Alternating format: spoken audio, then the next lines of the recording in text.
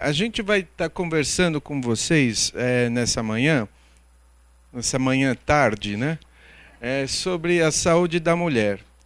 A saúde da mulher é tão amplo que ficaria bastante difícil em alguns minutos a gente tecer tudo sobre a saúde da mulher, mas a gente quer conversar com vocês sobre alguns aspectos que são extremamente importantes e que vocês devem ficar atentas a isso. Algumas coisas relacionadas à promoção da saúde. O que seria a promoção da saúde? Fazer coisas que possam agregar valor à nossa saúde, ou seja, melhorar a nossa saúde. Aspectos relacionados à prevenção de doenças. Então, existem coisas que eu posso fazer para evitar ter alguma doença, como, por exemplo, vacinação. Certo? Eu vou pegar um gancho no que você está falando, abrir um parênteses. Muito importante a vacinação, principalmente nesse período relacionado à gripe e mais a H1N1. Lá no hospital também iniciamos mais cedo, estava previsto para 30 de abril, nós já iniciamos hoje a vacinação para todos os colaboradores de H1N1, vista o surto que a gente tem passado. Então, a vacinação é uma coisa importante no que diz respeito à prevenção de doenças. Mas também, no caso da mulher em particular, existem algumas coisas relacionadas que a gente chama de prevenção, mas na realidade é diagnóstico precoce. E eu vou estar falando aqui sobre um exame, que é o exame mais famoso, que é o exame de Papa Nicolau. Papa Nicolau não era nenhum papa, depois eu vou dizer, mas o Papa Nicolau é o exame de prevenção do câncer de colo de útero. O exame não previne nada. Por isso que a gente fala, embora a gente fale exame de prevenção, na realidade eu estou querendo dizer exame de diagnóstico precoce. Ou seja, eu faço o exame, fico sabendo antes de alguma alteração e posso então fazer o tratamento adequado. A gente vai falar sobre aspectos relacionados ao tratamento de algumas doenças. Eu posso não conseguir evitar ter algum problema, mas posso fazer o diagnóstico precoce de problemas e ter a possibilidade de tratar esses problemas com bastante sucesso. É isso que a gente vai abordar rapidamente sobre o tratamento de algumas doenças. E aspectos relacionados a acompanhamento de doenças crônicas. Ou seja, eu sei que eu tenho hipertensão, então eu faço acompanhamento, tomo a medicação, faço as medidas da minha pressão, faço a dieta saudável, diminuo o sal da dieta. Isso eu não vou ficar curado da hipertensão, mas eu consigo controlar essa hipertensão, fazer com que eu não tenha ou não venha a ter complicações associadas à hipertensão. Então, são esses aspectos relacionados à saúde da mulher que a gente vai conversar. No censo do IBGE de 2014, que foi divulgado em dezembro do ano passado, 2015, se viu que a expectativa de vida do brasileiro aumentou bastante.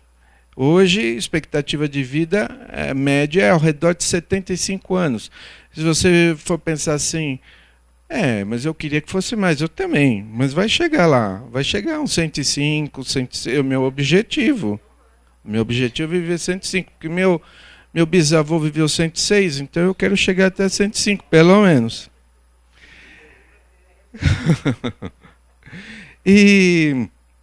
Só que a expectativa de vida média, somando homens e mulheres. E quando a gente divide homens e mulheres, quem vive mais, homem ou mulher?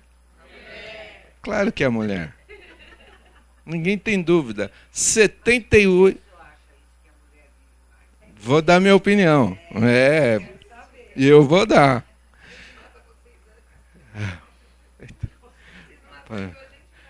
Não, só se o homem for surdo, aí ele não morre, né? Aí ele não morre, ele vive mais. Muito bem, voltando.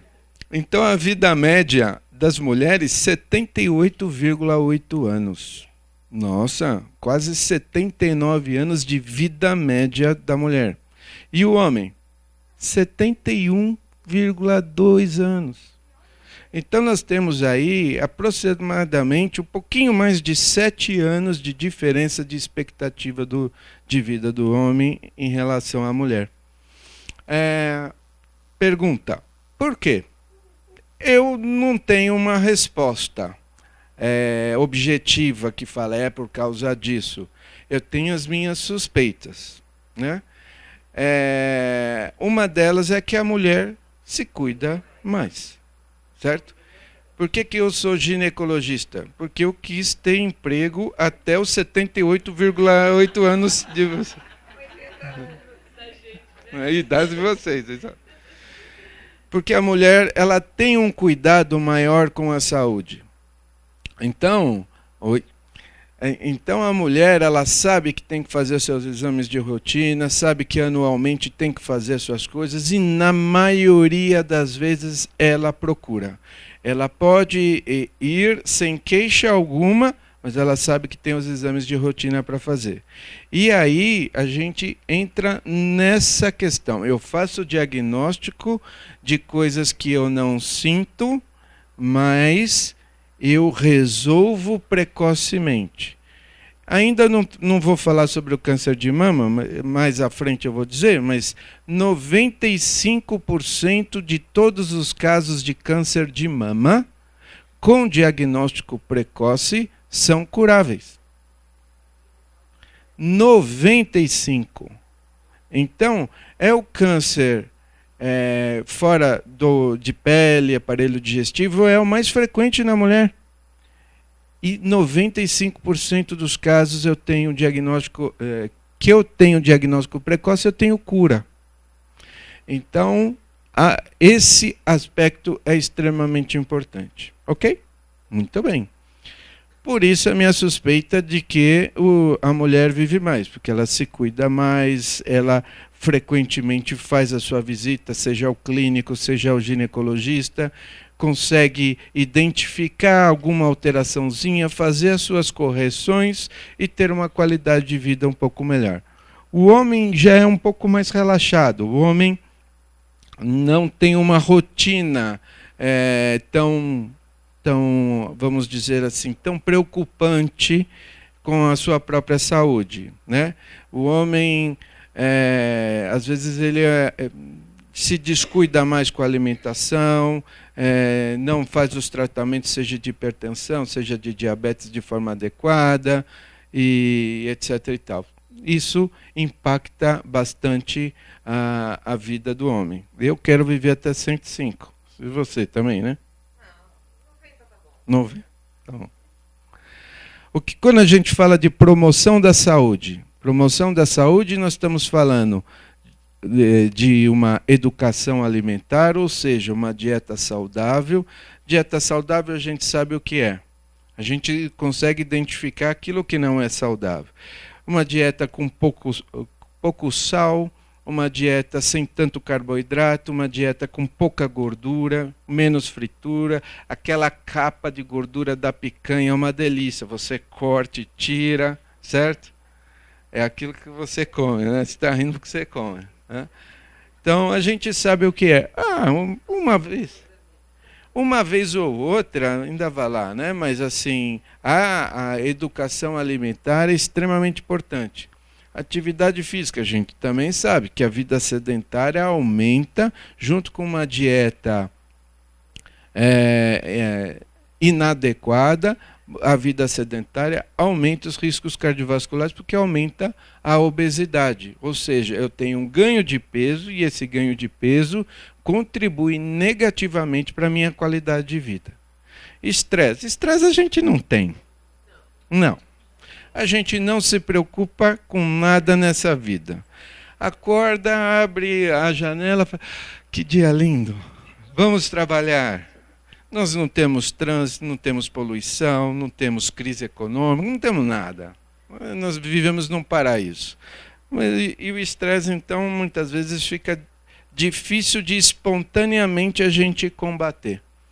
Mas a ansiedade que o estresse produz atrapalha a nossa qualidade de vida. Aumenta um hormônio chamado cortisol, aumenta um outro hormônio chamado adrenalina, é responsável pelo aumento da pressão arterial e a gente fica tenso por bastante tempo. Então, a atividade física também colabora no combate ao estresse.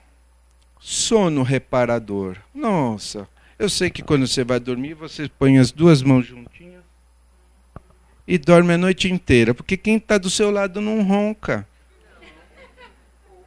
Não ronca pouco. Sono reparador também é extremamente importante, porque ele melhora o equilíbrio do corpo como um todo e você então pode ter menos estresse e diminuir esses hormônios que são importantes em determinados momentos, mas não sempre. Vida sexual também a gente não precisa, é uma bobagem, uma coisa fútil, mas faz parte é a cereja do bolo, né? Faz parte, sim, e a vida sexual saudável faz bem para todo mundo em qualquer idade. Também ajuda a gente ter um bem-estar emocional, inclusive. E combate aos vícios, né? Não vou nem pedir para levantar a mão quem fuma, porque quem sou eu para expor, né? Apontar, né? Mas eu não fumo. Mas não só o cigarro, mas outros vícios que a gente pode ter, tudo isso conspira contra a saúde, né? O tabagismo, o cigarro, aumenta o risco de câncer de mama, aumenta o risco de doenças cardiovasculares, piora a diabetes e assim por diante. Quando a gente entra no capítulo chamado Prevenção de Doenças, a gente, como eu disse, a gente fala sobre diagnóstico precoce.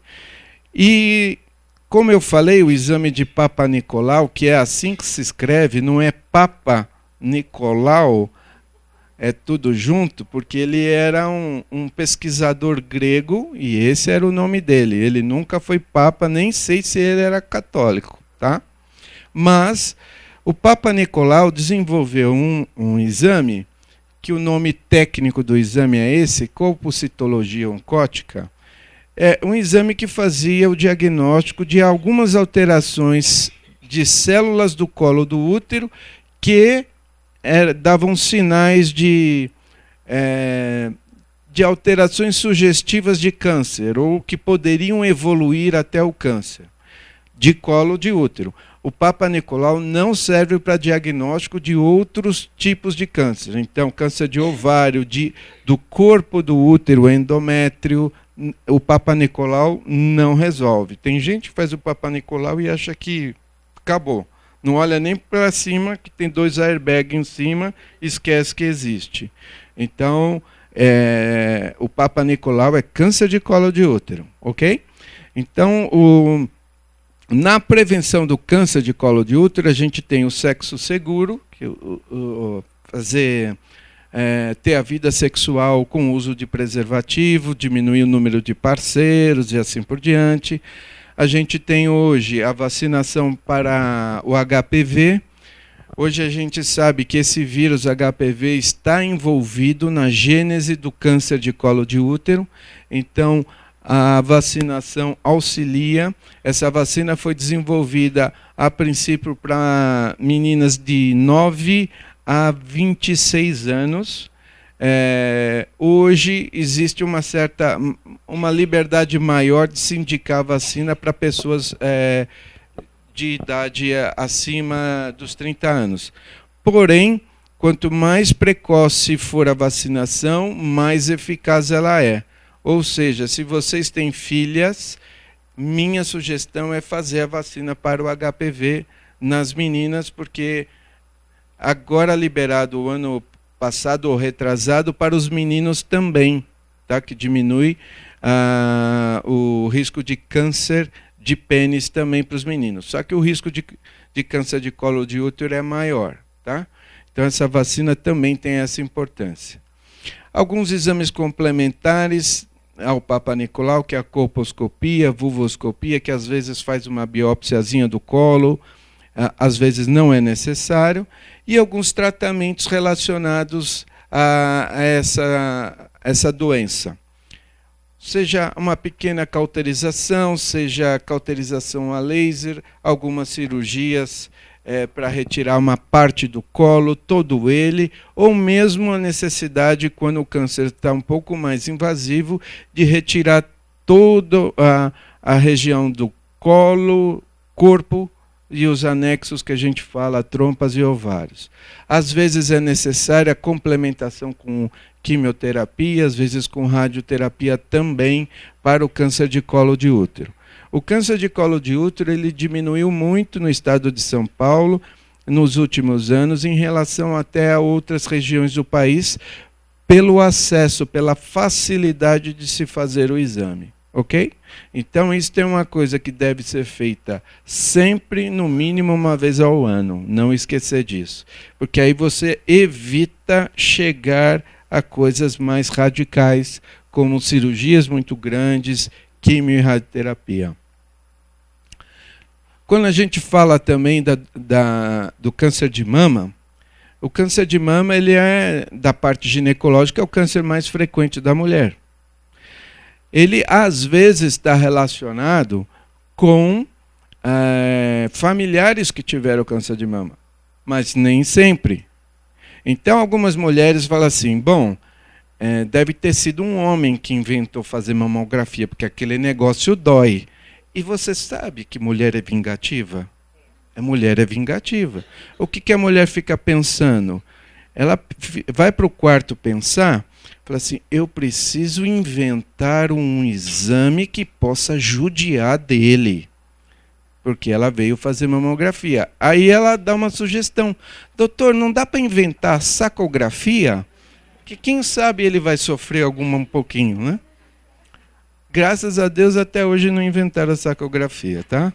Nem precisa ficar insistindo nesse assunto. Vamos voltar para o câncer de mama?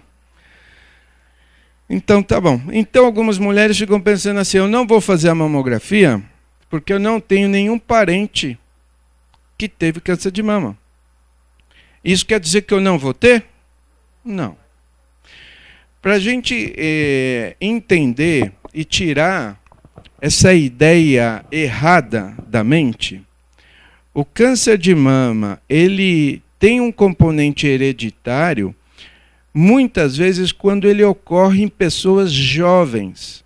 Então, aquela mulher que teve câncer de mama antes dos 40 anos, que teve a mãe que teve câncer de mama, que teve a irmã que teve câncer de mama, tudo nessa faixa antes dos 40 anos, aí sim existe um fator um pouco mais preocupante, que é um fator hereditário.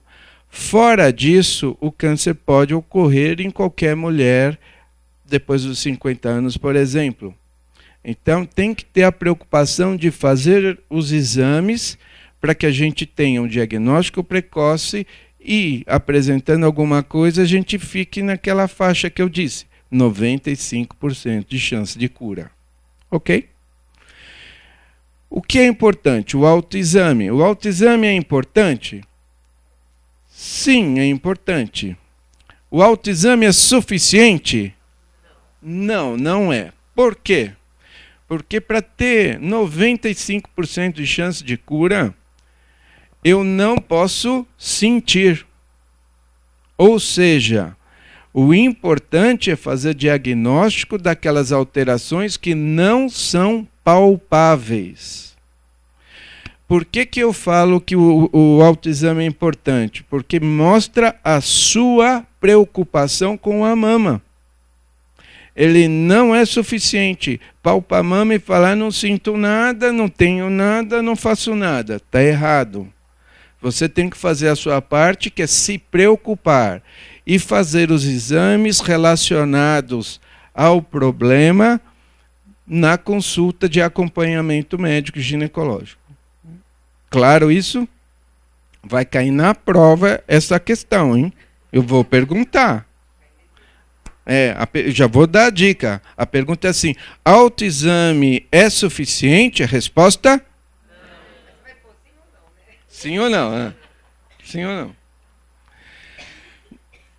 O exame de eleição que a gente fala padrão ouro é a mamografia. A mamografia é um exame, é um raio-x da mama que deve ser feito anualmente a partir dos 40 anos e entre 35 e 40 anos pelo menos uma vez, para aquelas mulheres que não têm parentes com câncer de mama abaixo dos 40 anos, ok? A gente muitas vezes complementa a mamografia com o ultrassom de mama, porque o ultrassom de mama ele pode revelar nódulos que a mamografia não viu.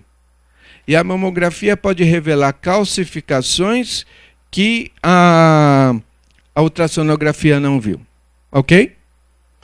Quando necessário, então, se faz a ressonância, quando necessário, se faz as biópsias dos nódulos, das calcificações e assim por diante. Ok? Obviamente, a sequência dos exames da ressonância para baixo é de acordo com o médico ginecologista ou mastologista diante de alguma alteração que ele já identificou. Quando a gente fala da prevenção do câncer de ovário e do corpo do útero, que é o câncer de endométrio, a gente consegue perceber isso através do exame de ultrassom transvaginal. O ultrassom transvaginal ele tem essa finalidade de tentar identificar alguma alteração e essa alteração, então, pode, depois do ultrassom, de acordo com a indicação do médico, ser complementada com a ressonância, por exemplo, e com alguns exames de laboratório, exames de sangue, na maioria das vezes, para tentar identificar e tratar. O câncer de ovário é um dos cânceres mais cruéis. Por quê? Porque ele demora para dar diagnóstico e ele é silencioso. Normalmente ele ocorre depois dos 60 anos. Então, algumas mulheres não tenho nada, não sinto nada. As mulheres, às vezes, têm uma ideia de que já estão velhas, que não precisam fazer mais nada, só tomar os remedinhos da pressão e do diabetes, e, às vezes, aparece um câncer muito invasivo, de difícil tratamento. Então, tem que fazer a rotina? Resposta, sim, tem que fazer a rotina inteira. Lembrando, na parte ginecológica, eu tenho que avaliar a mama, colo do útero e útero inteiro, ovário e assim por diante. Nesses exames eu consigo ter, então, esses diagnósticos e consigo ter o tratamento adequado. Mas não é só de câncer que a mulher é afligida. Muito pelo contrário, os problemas, as doenças benignas são muito mais frequentes, mas também são muito mais fáceis de serem tratadas, corrigidas e deixar a mulher restaurar a sua qualidade de vida. Porque o objetivo é viver até os meus 105 anos, mas viver bem, certo? Viver bem. As doenças benignas mais frequentes da mulher são essas: o mioma uterino, o fibroma, a endometriose, a incontinência urinária e os corrimentos e a tensão pré-menstrual. Essas são as coisas mais frequentes na vida da mulher. O mioma uterino são nódulos que aparecem no útero, nódulos sólidos semelhantes à batata inglesa, que podem surgir no útero em qualquer área do útero.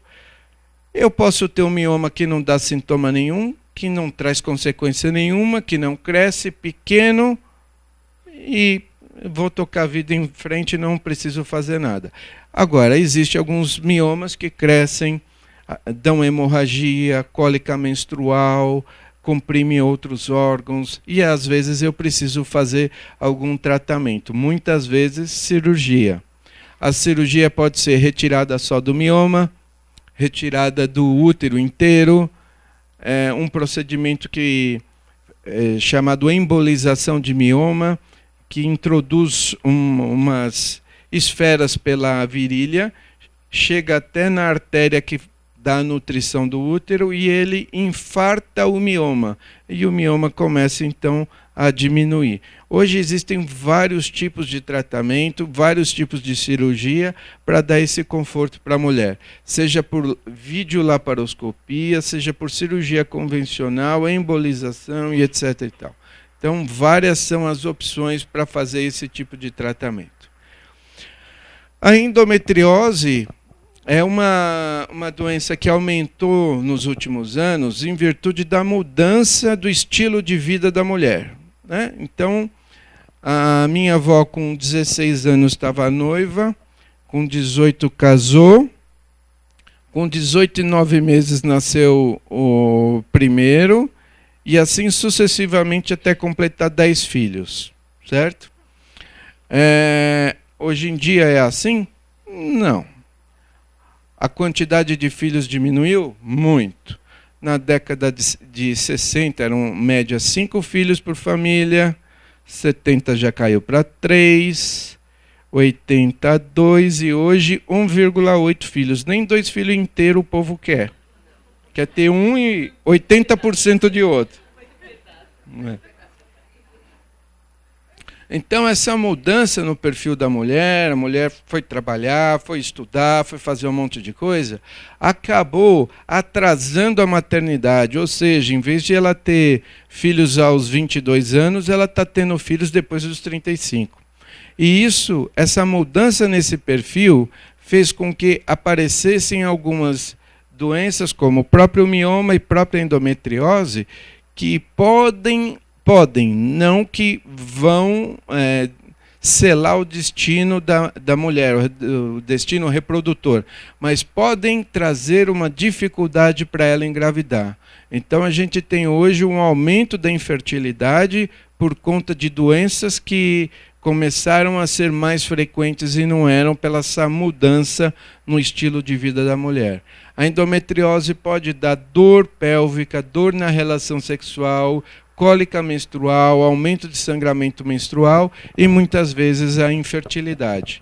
Por isso também é uma doença que deve ser investigada, tratada. É uma doença benigna, mas muitas vezes piora bastante a qualidade de vida da mulher.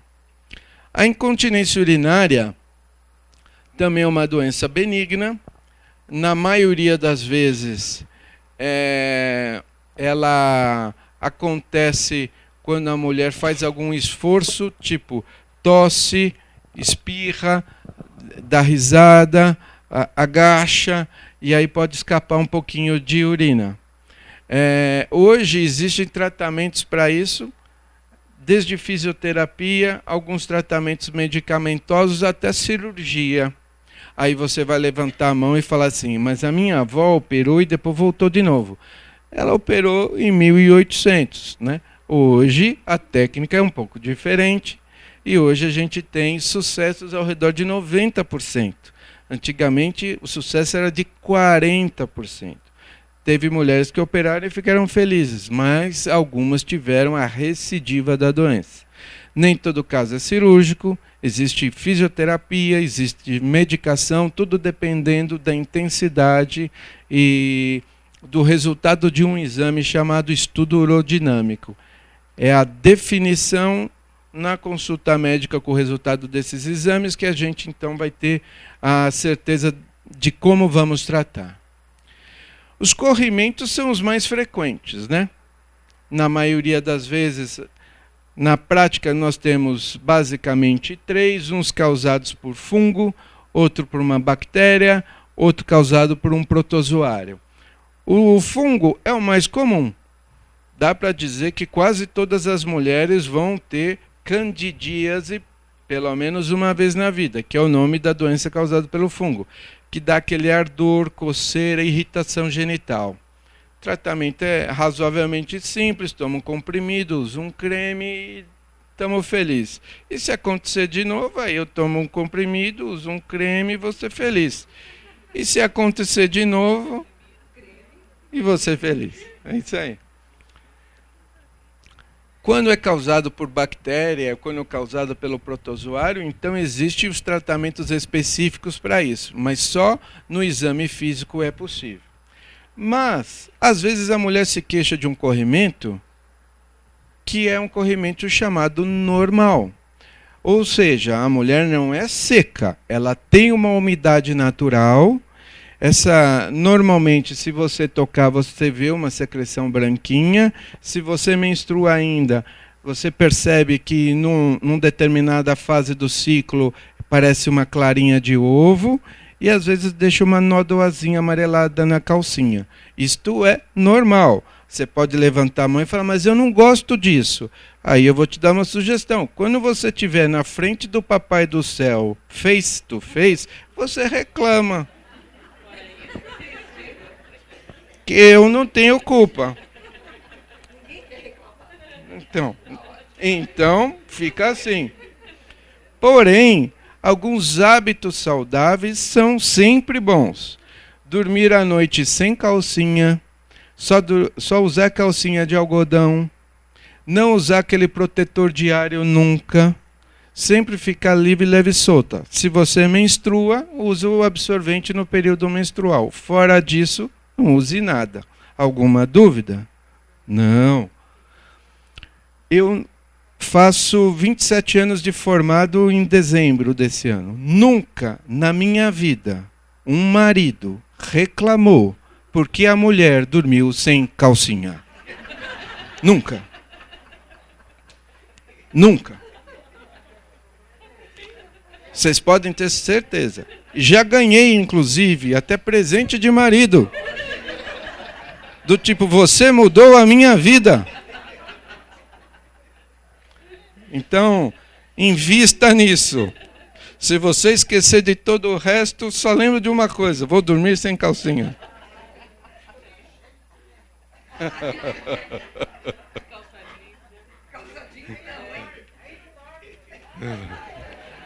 Depois dorme mais gostoso.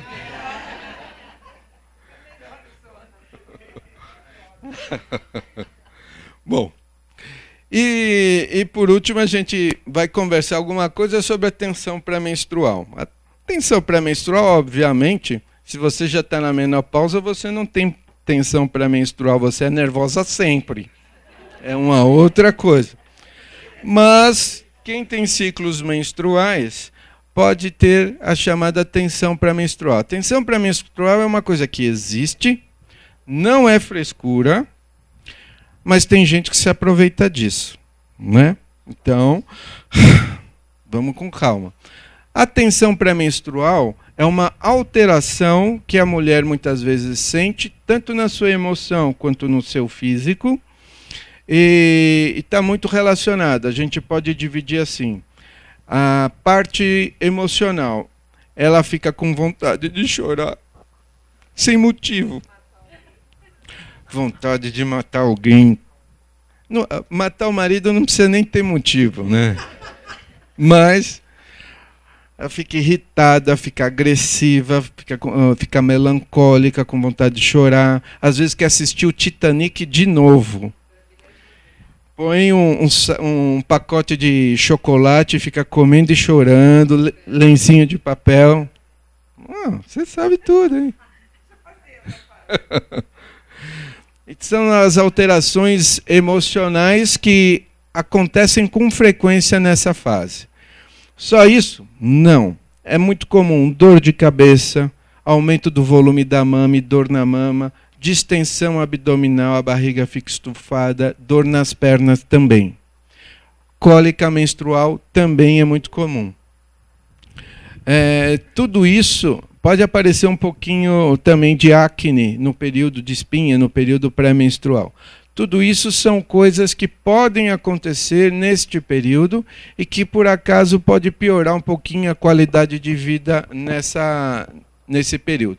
Então, algumas coisas são úteis. Diminuir o sal da comida, diminuir várias substâncias que contêm cafeína, como o próprio café, o chá mate, o chocolate, fazer atividade física, tudo isso colabora para a diminuição da tensão pré-menstrual.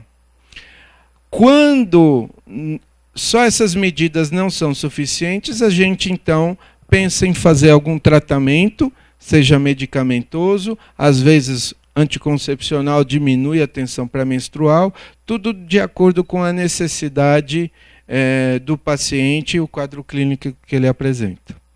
Beleza? Era isso que eu tinha para falar para vocês.